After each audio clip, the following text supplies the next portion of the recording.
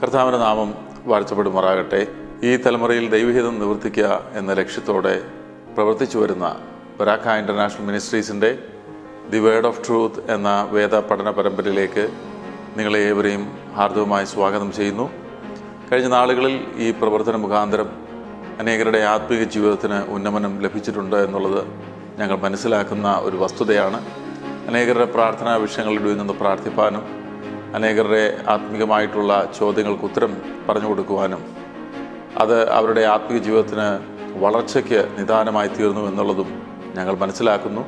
തുടർന്നും ഈ പ്രവർത്തനം ദൈവഹിത പ്രകാരം മുന്നോട്ട് കൊണ്ടുപോകാൻ ഞങ്ങൾ കർത്താവിൽ ശരണപ്പെടുന്നു. കഴിഞ്ഞ നാളുകൾ ഈ പ്രവർത്തനത്തെ ഓർത്ത് പ്രാർത്ഥിച്ച എല്ലാ പ്രിയപ്പെട്ടവർക്കും ഞങ്ങൾ നന്ദി പറയുന്നു. ഇന്നും നമുക്ക് വേദ പഠനത്തിലേക്ക് ശ്രദ്ധ തിരിക്കാം. പാസ്റ്റർ ജെയ്സ് ജോസഫ് തുടർന്ന് ദൈവവചനം ശുശ്രൂഷിക്കുന്നതാണ്. കർത്താവിൻ്റെ നാമം വാഴ്ത്തപ്പെടുമാറാകട്ടെ.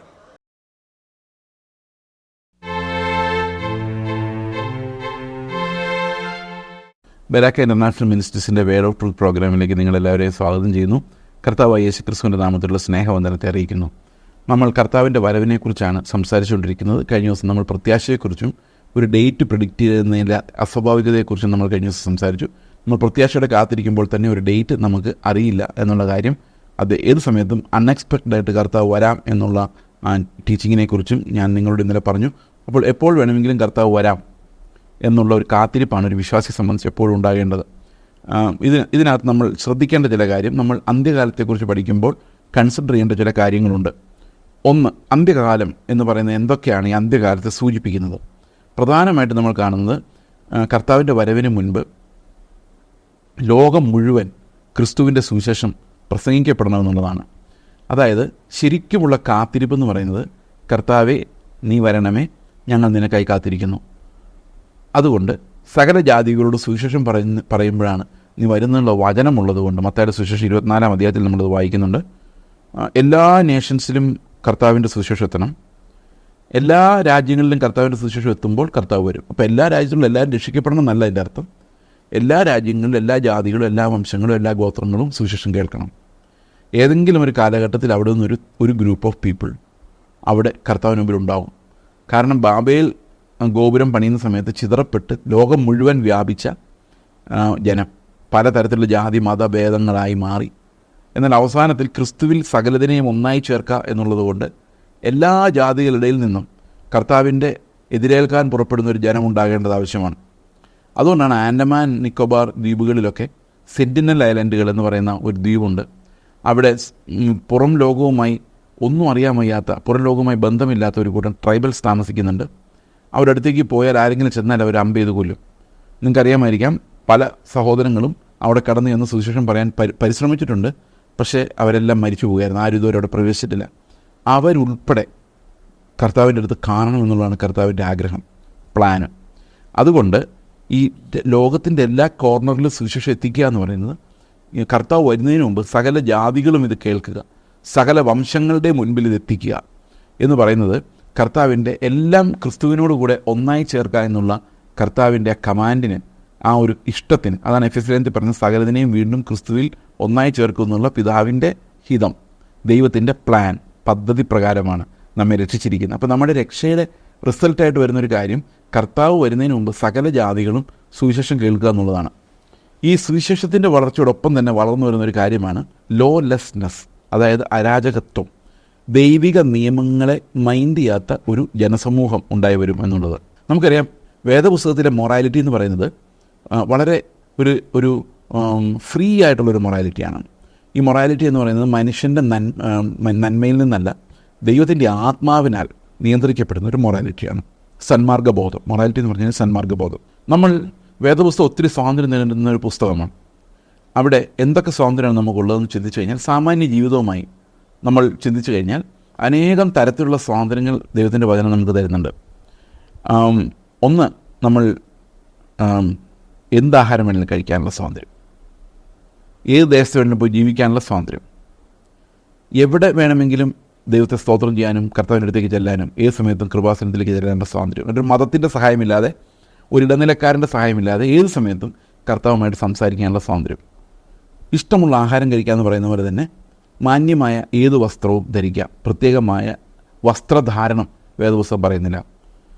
എപ്പോൾ വേണമെങ്കിലും എഴുന്നേക്കാം, എപ്പോൾ എത്ര നേരം വേണമെങ്കിലും പ്രാർത്ഥിക്കാം, ഏത് കാര്യങ്ങൾ വേണമെങ്കിലും പ്രാർത്ഥിക്കാം, എത്ര പ്രാവശ്യം വേണമെങ്കിലും പ്രാർത്ഥിക്കാം. അതിനൊന്നും ഒരു ലിമിറ്റോ നമ്പറോ ദൈവം വെച്ചിട്ടില്ല. അപ്പോൾ റിലീജിയസ് ആയിട്ടുള്ള ഒരു ചട്ടവട്ടങ്ങളുമില്ല. നിങ്ങൾ കൂടി വരുമ്പോൾ ഒരുത്തരം സങ്കീർത്തനം അങ്ങനെയൊക്കെ പറയുന്നുണ്ടെങ്കിലും അത് ഇന്ന ഓർഡറിൽ വേണമെന്നോ ഇന്ന കാര്യങ്ങളായിരിക്കണം പറയുന്നതെന്നോ ഇല്ല. ഒരു ചൊല്ലോ ഒരു ഒരു ഫോർമുലയോ ഒന്നുമില്ല. കല്യാണം എങ്ങനെ നടത്തണമെന്ന് പറഞ്ഞിട്ടില്ല, ശവസംസ്കാര ചടങ്ങ് എങ്ങനെ നടത്തണമെന്ന് പറഞ്ഞിട്ടില്ല, ഒന്നും നമ്മളോട് പറഞ്ഞിട്ടില്ല.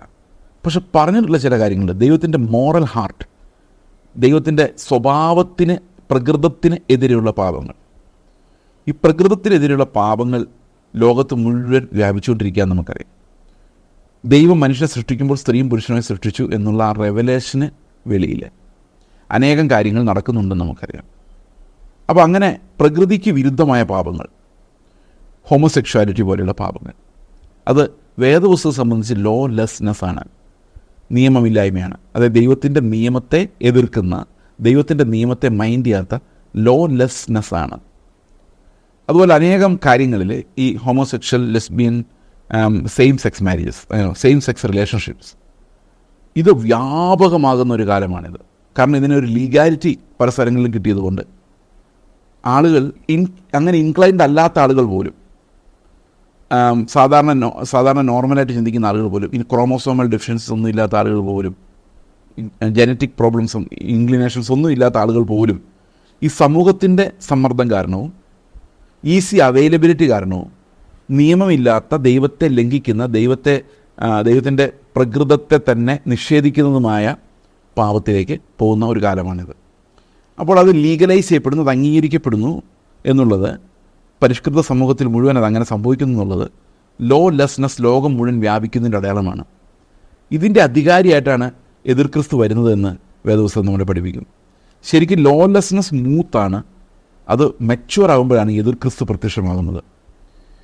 എതിർ ക്രിസ്തു പ്രത്യക്ഷമാകുന്നത് ദൈവത്തിനെതിരെ ഉയരുന്ന മനുഷ്യൻ്റെ രാജ്യമായിട്ടാണ്. ദൈവത്തിനെതിരെ ഉയരുന്ന മനുഷ്യൻ്റെ രാജ്യം, മനുഷ്യൻ്റെ നീതി. നമുക്കറിയാം ദൈവമാണ് നീതിമാൻ, നമുക്കറിയാം. റോമാലേഖനം നമ്മൾ പഠിച്ചപ്പോൾ കണ്ടതാണ്, ദൈവമാണ് നീതിമാൻ, ദൈവമാണ് സ്നേഹം. പക്ഷേ ഇവിടെ സംഭവിക്കുന്നത് എന്താണെന്ന് വെച്ച് കഴിഞ്ഞാൽ, ദൈവമാണ് സ്നേഹമെന്ന് പറയുമ്പോൾ ഇവർക്കത് വിശ്വസിക്കാൻ പറ്റുന്നില്ല. അവർ പറയുന്നത് ഒരു പാപം ചെയ്യുന്നവനെ, അതായത് ഹോമോസെക്ഷലിറ്റി പ്രാക്ടീസ് ചെയ്യുന്ന ഒരാളെ സ്നേഹിക്കുന്ന ദൈവം, ഓക്കെ, അവനെ ദൈവം സ്നേഹിക്കുന്നുണ്ട്, പക്ഷെ അവൻ്റെ പാപത്തെ സ്നേഹിക്കുന്നില്ല, പാപാവസ്ഥയെ സ്നേഹിക്കുന്നില്ല. നമ്മൾ ദൈവം സ്നേഹിക്കുന്നുണ്ട്, നമുക്കും പലവിധ പാപാവസ്ഥകളുണ്ട്, ആ പാപാവസ്ഥകളെ ദൈവം ടോളറേറ്റ് ചെയ്യുന്നില്ല. ഓക്കെ, അപ്പോൾ ഇവർ പറയുന്നത് ഇവർക്ക് ബൈബിളിലെ കർത്താവ് പറഞ്ഞതിനേക്കാളും സ്നേഹമുള്ളവരാണ് ഈ മനുഷ്യർ. കാരണം മനുഷ്യർ എല്ലാവരെയും സ്നേഹിക്കുന്നത്രേ, എല്ലാവരെയും അക്സെപ്റ്റ് ചെയ്യുന്നു. പക്ഷേ വേദപുസ്തകം എല്ലാവരും അക്സെപ്റ്റ് ചെയ്യുന്നില്ല. എല്ലാവരും സ്നേഹിക്കുന്നുണ്ടെങ്കിലും എല്ലാവരെയും അക്സെപ്റ്റ് ചെയ്യുന്നില്ല. അതിൻ്റെ കാരണം പാപത്തോട് ദൈവത്തിന് ക്രോധമുണ്ട്, പാപപ്രകൃതത്തോട് ദൈവത്തിന് ക്രോധമുണ്ട് എന്നുള്ളതാണ് അതിൻ്റെ കാരണം. അപ്പോൾ ലോകമെമ്പാടും വ്യാപരിക്കുന്ന ലോ ലെസ്നെസ് എന്ന് പറയുന്നത് ഒരു മോറൽ ലോ ലെസ്നെസ് ആകുമ്പോൾ, അപ്പോൾ അതാത് സമൂഹത്തിന് നിയമങ്ങളുണ്ടാവും. പക്ഷേ ദൈവത്തിൻ്റെ പെർസ്പെക്റ്റീവിൽ നോക്കുമ്പോൾ, ദൈവത്തിൻ്റെ കാഴ്ചപ്പാടിൽ നോക്കുമ്പോൾ ഈ ലോ ലെസ്നെസ് വർദ്ധിക്കുന്നത് അന്ത്യകാലത്തിൻ്റെ ഒരു പ്രത്യേക അടയാളമാണ്. അതുകൊണ്ട് തന്നെ നമുക്കറിയാം അന്ത്യകാലം എന്നത്തേക്കാളും കൂടുതൽ ഇന്ന് നമ്മോട് വളരെയധികം സമീപമായിരിക്കുന്നു. കാരണം ഈ ലോലെസ്നെസ് ആണ് അതിൻ്റെ ഏറ്റവും വലിയ എക്സാമ്പിൾ. അത് ലീഗലൈസ് ചെയ്യപ്പെടും. ലോകം മുഴുവൻ അത് മ്ലേച്ഛമെന്നൊരു കാലത്ത് കരുതിയിരുന്ന കാര്യം ലോകം മുഴുവൻ അത് ഒരു കൾച്ചറൽ നോം ആയിട്ട് മാറുക, സാംസ്കാരികമായ ഒരു നിലവാരമായി കാണുക. അപ്പോൾ ആ ഒരു അവസ്ഥയാണ് ഇന്ന് നമ്മൾ അനുഭവിക്കുന്ന ഏറ്റവും വലിയ പ്രതിസന്ധി എന്ന് പറയുന്നത്. അതുകൂടാതെ വേറൊരു അടയാളം എന്ന് പറയുന്നത് അന്ത്യകാലത്ത് വരുന്ന കള്ളപ്രവാചകന്മാരും കള്ളക്രിസ്തുക്കളുമാണ്. ഈ കള്ളപ്രവാചകന്മാരൊരു ബാഹുല്യം നിങ്ങളിന്ന് കണ്ടിട്ടുണ്ടാവും. നിങ്ങൾ ചുറ്റും നോക്കിയാൽ കാണാം. അതിൽ പലരും യേശുക്രിസ്തുവാണെന്ന് സ്വയം പ്രഖ്യാപിക്കുന്ന അനേകം ആൾക്കാരുമുണ്ട്. പക്ഷേ അവർ ഇത് കുറച്ചുകൂടി വിശദമായിട്ട് നമ്മൾ പിന്നീടൊരു അവസരത്തിൽ കാണുന്നതായിരിക്കും, എങ്ങനെയാണ് ഈ കള്ളപ്രവാചകന്മാർ ഓപ്പറേറ്റ് ചെയ്യുന്നുള്ള കാര്യം. അവരുടെ അംഗസംഖ്യയും ഇന്ന് വളരെ കൂടുതലാണ്. ഇനി അതുപോലെ തന്നെ ലോകവ്യാപകമായിട്ട് പെർസിക്യൂഷൻസ് വർദ്ധിച്ചു വരുന്നുണ്ട്. അതും ഈ പീഡനങ്ങളും ഭയങ്കര കൂടുതൽ. നമ്മൾ വിചാരിക്കുന്നില്ല ഇന്ന് കേരളത്തിലുള്ള സ്വാതന്ത്ര്യം വളരെ വലിയ സ്വാതന്ത്ര്യമാണ്. പക്ഷേ മറ്റ് പല രാജ്യങ്ങളിലേക്ക് ചെല്ലുമ്പോൾ ബൈബിൾ എടുക്കാൻ പോലുള്ള സ്വാതന്ത്ര്യം ഇല്ലാത്ത രാജ്യങ്ങൾ അനേകമുണ്ട്. ചൈനയിലൊക്കെ ക്രിസ്ത്യൻസ് വളരെയധികം പെർസിക്യൂട്ടഡാണ്. ലോകം മുഴുവൻ ആ ക്രിസ്ത്യൻ സംസ്കാരത്തെ തന്നെ, അല്ലെങ്കിൽ ക്രിസ്തീയ മൊറാലിറ്റിയെ തന്നെ ആളുകൾ ചോദ്യം ചെയ്യുകയും ക്രിസ്ത്യാനികളെ സെക്കൻഡ് ക്ലാസ് ആയിട്ട് കാണുകയും ചെയ്യുന്ന, ലോകം മുഴുവൻ ആ ഒരു ഫിലോസഫി വ്യാപിച്ചിട്ടുണ്ട്. വിവരമില്ലാത്തവരായിട്ട് കാണുന്ന ഒരു ഫിലോസഫി, അവർ സമൂഹത്തിന് ഫിറ്റല്ല എന്ന് കാണുന്ന ഒരു ഫിലോസഫി. അതുകൊണ്ട് ക്രിസ്ത്യൻ കുട്ടികൾക്ക് അത് കൺഫസ് ചെയ്യാൻ പ്രശ്നമാണ്, അവരുടെ വിശ്വാസത്തെ കൺഫസ് ചെയ്യാൻ ഷെയിമാണ്. കാരണം ചുറ്റുമുള്ളവർ ആരും അങ്ങനെയല്ല.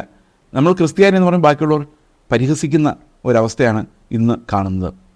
അപ്പോൾ ഈ ഒരു പെർസിക്യൂഷൻ ലോകം മുഴുവൻ വ്യാപിക്കുന്ന ഒരു കാലഘട്ടവും നമ്മുടെ മുൻപിലുണ്ട്.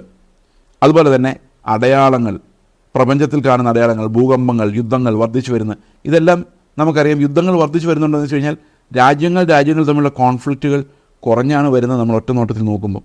പക്ഷേ നമ്മൾ കുറച്ചുകൂടെ അകത്തേക്ക് നോക്കിക്കഴിയുമ്പോൾ നമ്മുടെ ഇന്ത്യയിൽ തന്നെ ജാതിയോടും വംശത്തോടും മതത്തോടും എതിർക്കുന്ന ഒരു കാലഘട്ടമാണ് വന്നുകൊണ്ടിരിക്കുന്നത്. അതായത് പൊതുവെ നോക്കുമ്പോൾ ആറ്റം ബോംബ് എല്ലാവരുടെയും കയ്യിലുള്ളതുകൊണ്ട് എല്ലാവർക്കും പേടിയാണ് പോയി ഒരു ബോംബ് കൊണ്ട് ഇടാൻ, കാരണം തിരിച്ചൊന്നും ഇടുമല്ലോ.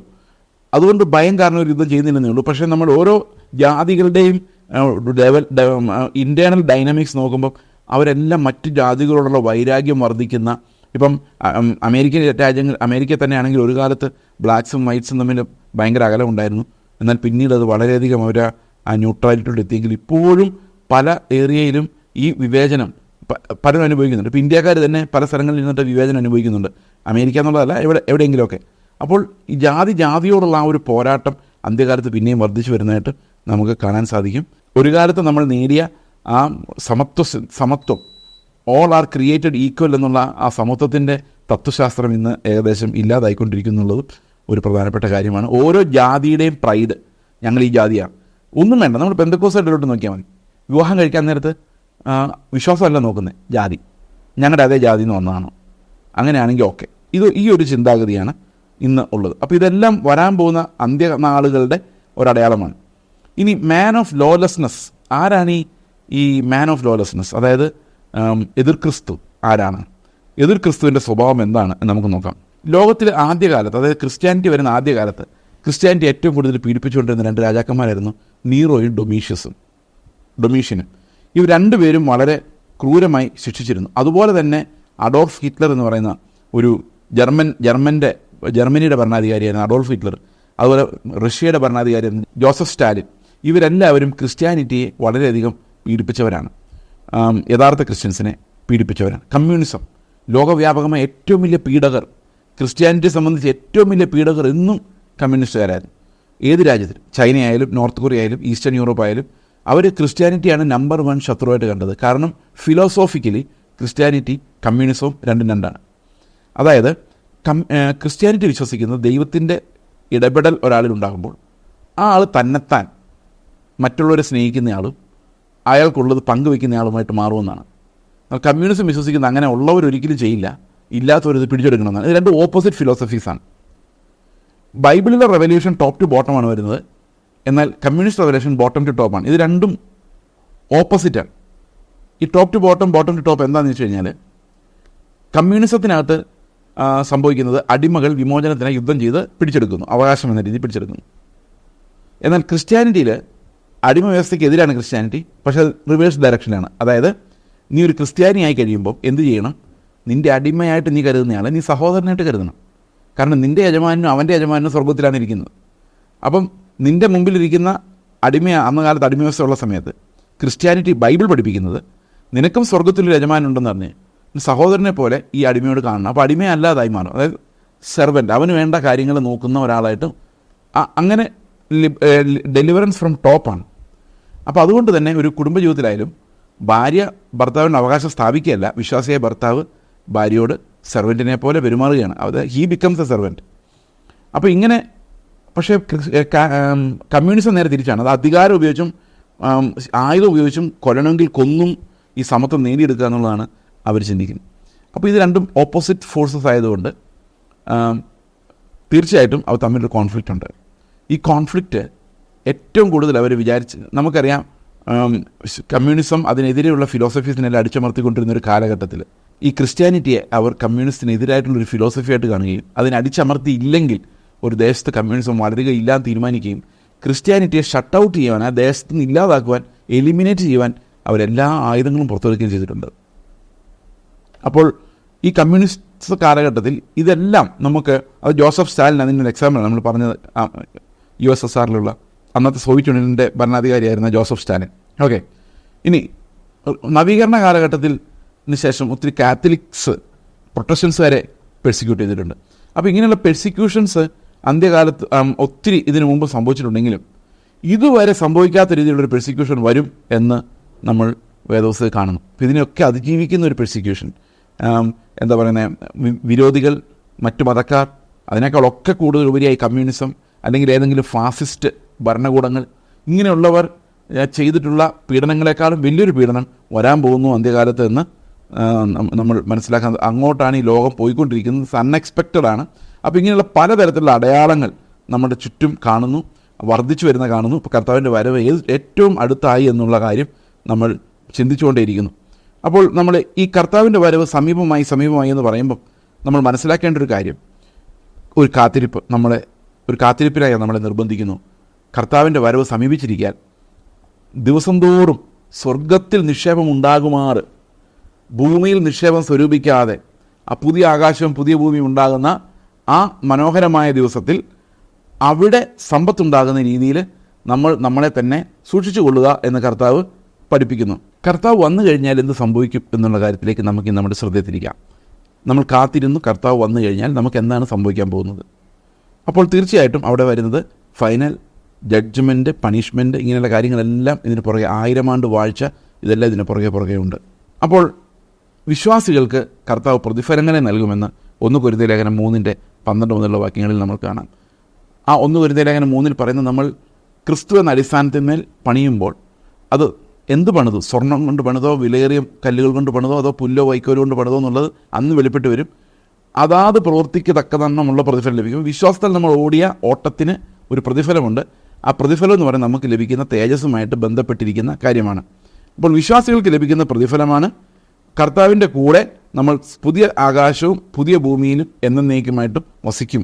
റോമാലേഖനം 8:19 മുതൽ 21 വരെയുള്ള വാക്യങ്ങളിൽ ആ ഞരക്കത്തെക്കുറിച്ചും പുതിയ ആകാശത്തിനും പുതിയ ഭൂമിക്കും വേണ്ടി സൃഷ്ടി ഞരക്കത്തോടെ കാത്തിരിക്കുന്നതിനെക്കുറിച്ച് നമ്മൾ കാണുന്നു. അപ്പോൾ നമ്മൾ കർത്താവിനോട് കൂടെ പുതിയ ആകാശവും പുതിയ ഭൂമിയുമുള്ള ആ ഒരു നിത്യമായ ദേശത്തേക്ക് പ്രവേശിക്കും. ഇത് അന്ത്യകാലത്ത് ഏറ്റവും ഫൈനലി സംഭവിക്കുന്ന കാര്യങ്ങളാണ് ഞാൻ പറയുന്നത്.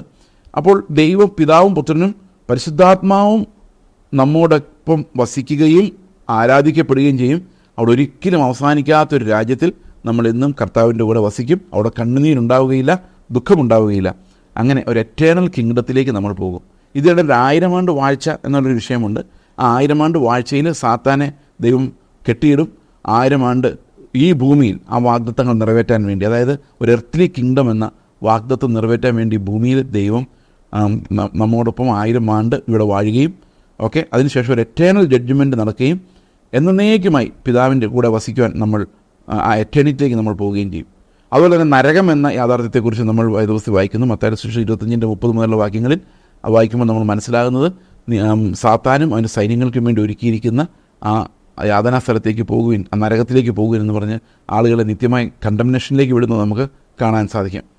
അപ്പോൾ ഒരു കഷ്ടതയും ദുഃഖവുമില്ലാത്ത നാളുകൾ കർത്താവിൻ്റെ കൂടെ നമ്മൾ വസിക്കുമെന്ന് നമ്മൾ വായിക്കുന്നു.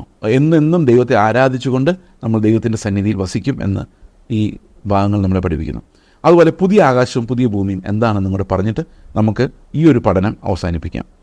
സ്വർഗം എന്ന് പറയുന്നത് എന്താണ്? സ്വർഗം എന്ന് പറയുന്നത് ദൈവത്തിൻ്റെ അനുഗ്രഹിക്കപ്പെടുന്ന സാന്നിധ്യം ഏറ്റവും കൂടുതലുള്ള സ്ഥലമാണ് സ്വർഗം എന്ന് പറഞ്ഞു കഴിഞ്ഞാൽ. ദൈവം സർവ്വവ്യാപിയാണെന്ന് നമുക്കറിയാം, എല്ലായിടത്തും ഉണ്ട്. ചില ആൾക്കാർ പറയുന്നത് സ്വർഗ്ഗമാണ് ദൈവം ഇരിക്കുന്ന സ്ഥലം, വേറൊരിടത്തും ദൈവമില്ല. ദൈവം ഇങ്ങനെ ഈ പണ്ടൊക്കെ റോമൻ കാത്തലിക്സിൻ്റെ പല പുസ്തകങ്ങളിലും വരച്ച് വയ്ക്കുന്ന കണ്ടിട്ടുണ്ട്. ഈ പിതാവായ ദൈവം ഇതൊരു പ്രായമുള്ള ഒരു അപ്പച്ചനായിട്ട്, അപ്പുറത്ത് വഴി ചെറിയ യങ്ങായിട്ടുള്ള പുത്രൻ നിൽക്കുന്നു, ഇപ്പുറത്തൊരു പ്രാവ് പറക്കുന്നു, പരിശുദ്ധാത്മ. ഇങ്ങനെയാണ് ഒരു തൃത്വം വരച്ച് വെച്ചിരിക്കുന്നത് ഞാൻ കണ്ടേക്കുന്നത്. പലരുടെ സങ്കല്പം ഒരു സിംഹാസനം ഇട്ടിട്ട് കർത്താവ് അവിടെ ഇരിക്കുന്നു. അത് അങ്ങനെയൊക്കെ ആന്ത്രോപോമോർഫിസം എന്ന് പറയും, അതായത് മനുഷ്യന് മനസ്സിലാകുന്ന ഭാഷയിൽ എഴുതാൻ വേണ്ടി അങ്ങനെയുള്ള പല പരാമർശങ്ങൾ ബൈബിളിലുണ്ട്. പക്ഷേ ദൈവത്തെക്കുറിച്ച് നമ്മൾ മനസ്സിലാക്കേണ്ട കാര്യം, ദൈവം ഒരു വ്യക്തിയായിരിക്കുമ്പോൾ തന്നെ സർവ്വവ്യാപിയാണ്. സർവ്വവ്യാപിയാന്ന് പറഞ്ഞാൽ ദൈവം ഇല്ലാത്തൊരു സ്ഥലവുമില്ല, ദൈവത്തിൻ്റെ പ്രസൻസ് ഇല്ലാത്തൊരു സ്ഥലവുമില്ല. ഇത് സങ്കല്പിക്കാൻ നമുക്ക് പറ്റത്തില്ല.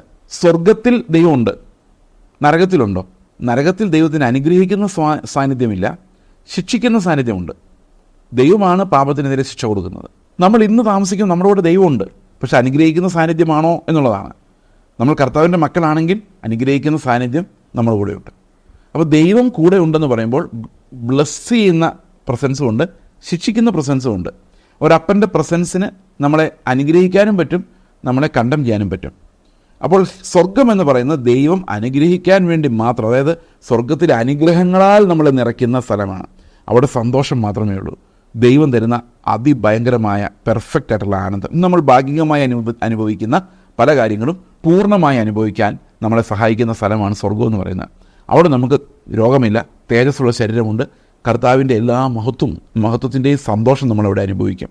അവിടെ കണ്ണുനീരില്ല, ദുഃഖങ്ങളില്ല, ആരെക്കുറിച്ചും ആകെ ചിന്തയില്ല. അങ്ങനൊരു സ്ഥലത്തേക്ക് നമ്മൾ പോകും. അതോടൊപ്പം തന്നെ ഈ ദൃശ്യപ്രപഞ്ചം പുതുതാക്കപ്പെടും എന്ന് വേദപുസ്തകം പറയുന്നു. 2 പത്രോസ് 3:13 പറയുന്നു, എല്ലാം വീണ്ടും പുനർജീവിപ്പിക്കപ്പെടും, നമ്മൾ അവിടെ ജീവിക്കും. നമ്മുടെ പുനരുത്ഥാന ശരീരങ്ങൾ ഈ പുതിയ സൃഷ്ടിയുടെ ഭാഗമായിട്ട് നമ്മൾ അവിടെ ജീവിക്കാം. നമുക്കൊരു ശരീരം ഉണ്ടായിരിക്കും, അത് പുനരുത്ഥാന ശരീരമായിരിക്കും, തേജസ്സുള്ള ശരീരമായിരിക്കും.